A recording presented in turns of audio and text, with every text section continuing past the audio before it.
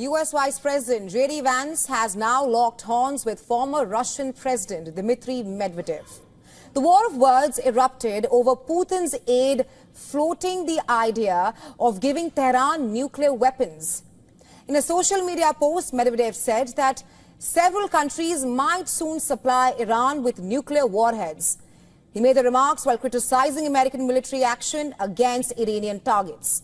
According to Medvedev, nuclear enrichment and warhead manufacturing will not only continue but might escalate as well, with some nations allegedly willing to arm Iran directly. U.S. Vice President J.D. Vance dismissed Medvedev's remarks, calling it bizarre. Vance stated clearly that he does not believe Medvedev speaks on behalf of Russian President Vladimir Putin or the Russian government at this point of time. Vance also pointed out that Russia has historically opposed the idea of a nuclear-armed Iran. He emphasized that Russia, China and the United Nations, they have all agreed on this very issue. According to Vance, preventing a nuclear arms race in West Asia remains one of the rare areas of global consensus.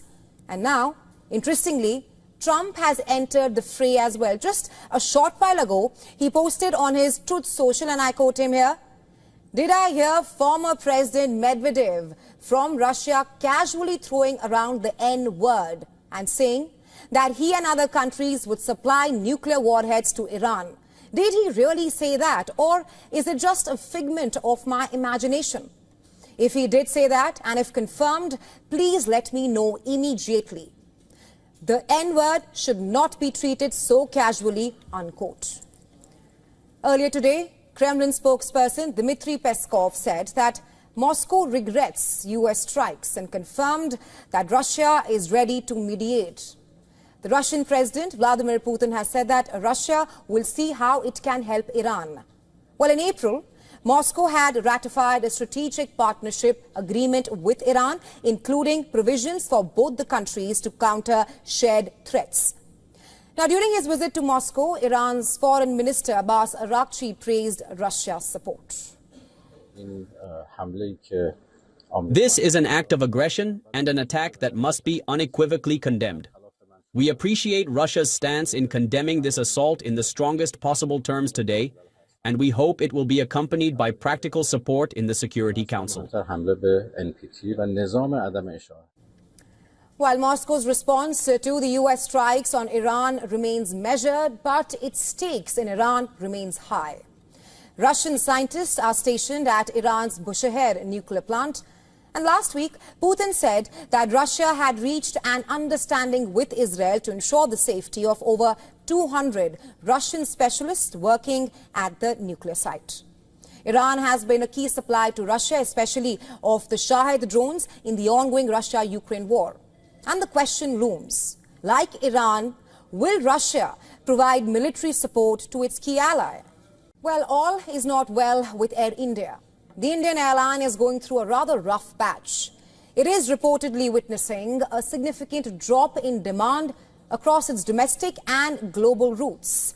That's after the crash of its Boeing 7878 Dreamliner in Ahmedabad on June 12th. In fact, it seems to be triggering a shake-up in the global insurance market as well. How so?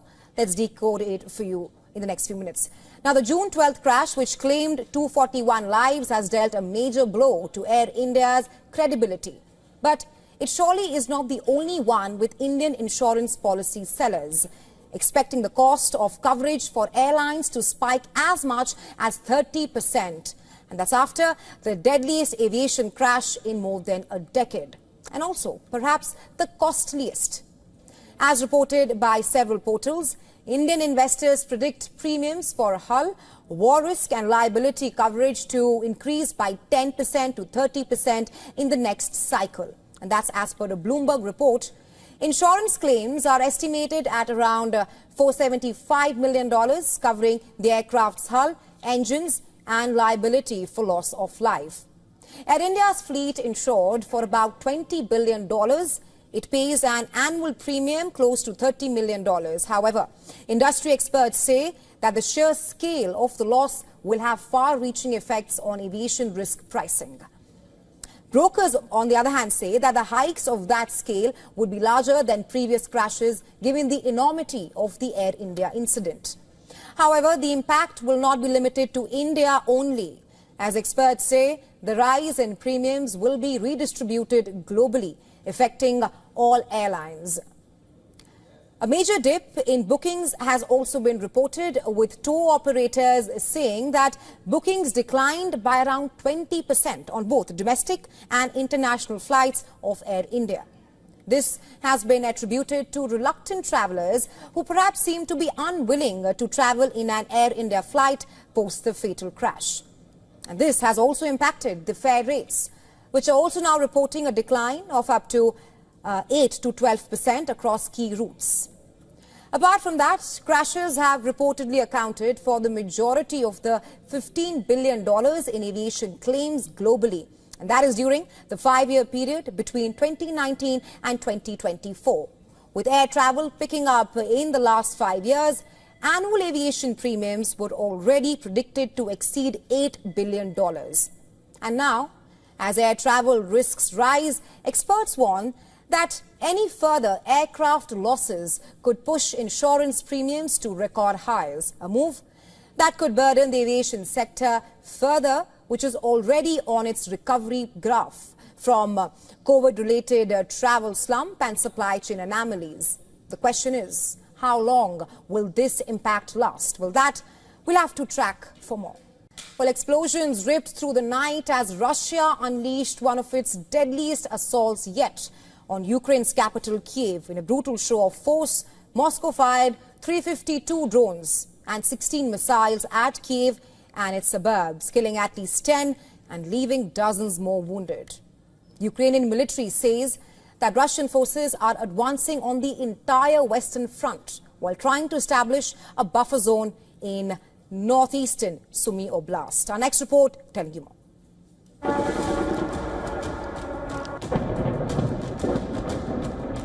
Another night of horror in the Ukrainian capital. Drones swarmed, missiles screamed, sending people scrambling for shelter. But for many, there was no escape. This is the devastation unleashed by Russia's latest assault.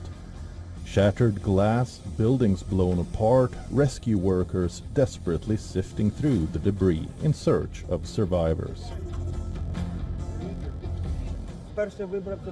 First, I thought to escape by climbing down the tree, but I realized I couldn't make the jump. There was no point in waiting for the rescuers because everything was collapsing, cars were exploding, everything was cracking and breaking, with dust and smoke all around me. Then there was an explosion, all in a matter of seconds. It was horrible, of course. In the room, I was immediately pushed back to the door by a blast wave, and the windows were shattered. Russia has intensified its air attacks against Ukrainian cities in recent weeks, sending large waves of missiles, drones and decoys designed to overwhelm Ukrainian air defenses. Ukraine's army chief Oleksandr Syrsky has issued a stark warning. Russia seeks to advance along almost the entire eastern front. Russian forces are on the move, probing Ukrainian defenses with relentless small unit attacks. In May alone, Moscow's troops seized more territory than in the previous month, using motorcycles to dart across open ground and overwhelm Ukrainian lines. Russian President Vladimir Putin says that Russia is ramping up in the production of Oreshnik, one of its newest intermediate-range missiles. Moscow says the missile travels at least 10 times the speed of sound, and so could not be intercepted. The missile has a range of 5,000 kilometers. As the assault intensifies, President Zelensky is in the UK, rallying support and pleading for more air defenses. But on the ground, Ukraine faces the grim reality of a war that is escalating by the hour. with Russia's eastern advance threatening to redraw the map. Bureau Report, WION, World is One.